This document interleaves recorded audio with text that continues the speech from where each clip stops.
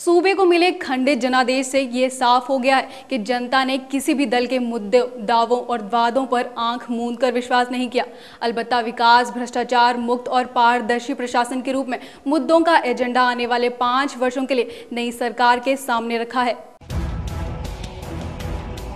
सूबे को मिले खंडित जनादेश से ये साफ हो गया कि जनता ने किसी भी दल के मुद्दों, दावों और वादों पर आंख मूंद कर विश्वास नहीं किया।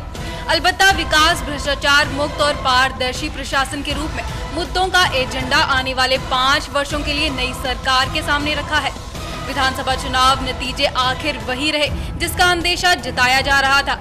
तमाम लुभावने मुद्दों को लेकर चुनाव मैदान में उतरे राजनीतिक दलों को स्पष्ट बहुमत न देकर जनता ने अपनी मंशा भी जाहिर कर दी। पूर्ण बहुमतों से दलों की दूरी बनाकर उन पर अंकुश कसा गया। जनता ने राजनीतिक दलों के मुद्दों को कसौटी पर कसा, फिर जो जचा उसी के मुताबिक फैसला सुनने में देर नहीं लगाई। भाजपा ने खंडूड़ी है जरूरी का नारा दिया।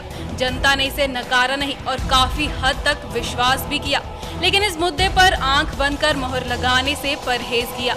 चुनाव से 4 महीने पहले भाजपा ने मुख्यमंत्री की कमान बीसी खंडूड़ी को दोबारा सौंपी। दूसरे कार्यकाल में भ्रष्टाचार मुक्त, पारदर्शी प्रशासन और सुराज की दिशा में महत्वपूर्ण फैसले लेकर खंडूड़ी ने जनता में उम्मीद की किरणें जताई। भाजपा ने बतौर मुद्दे जनता के बीच लेकर गए।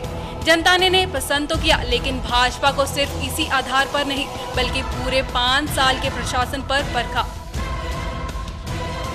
विकास के मुद्दे को मतदाताओं ने खासी तवज्जो दी। यही वजह है कि योजनाओं के क्रियान्वयन में हीला हवाली करने पर मंत्रियों और विधायकों को जमीन दिखा दी। एंटी इनकम्बेंसी फैक्टर का असर आया, लेकिन इसका लाभ उसी प्रत्याशी को मिला जो जनता को आश्वस्त कर सका। यही वजह है कि कांग्रेस एंटी इनकम्बेंसी फैक्टर को पूरी तरह भुनाने में कामयाब नहीं हो सकी। ठेठ क्षेत्रीयता और जातीयता को आधार बनाकर वोट मांगने वालों को भी जनता ने आईना दिखाया। ऐसी कोशिश करने वाले दिग्गज नेताओं को हार का स्वाद चखना पड़ा। चुनावी जंग जीतने के लिए बिछाए गए बिसात में भ्रष्टाचार के मुद्दे की दोधारी तलवार ने सरकार और विपक्षी दलों दोनों पर ही प्रहार किया।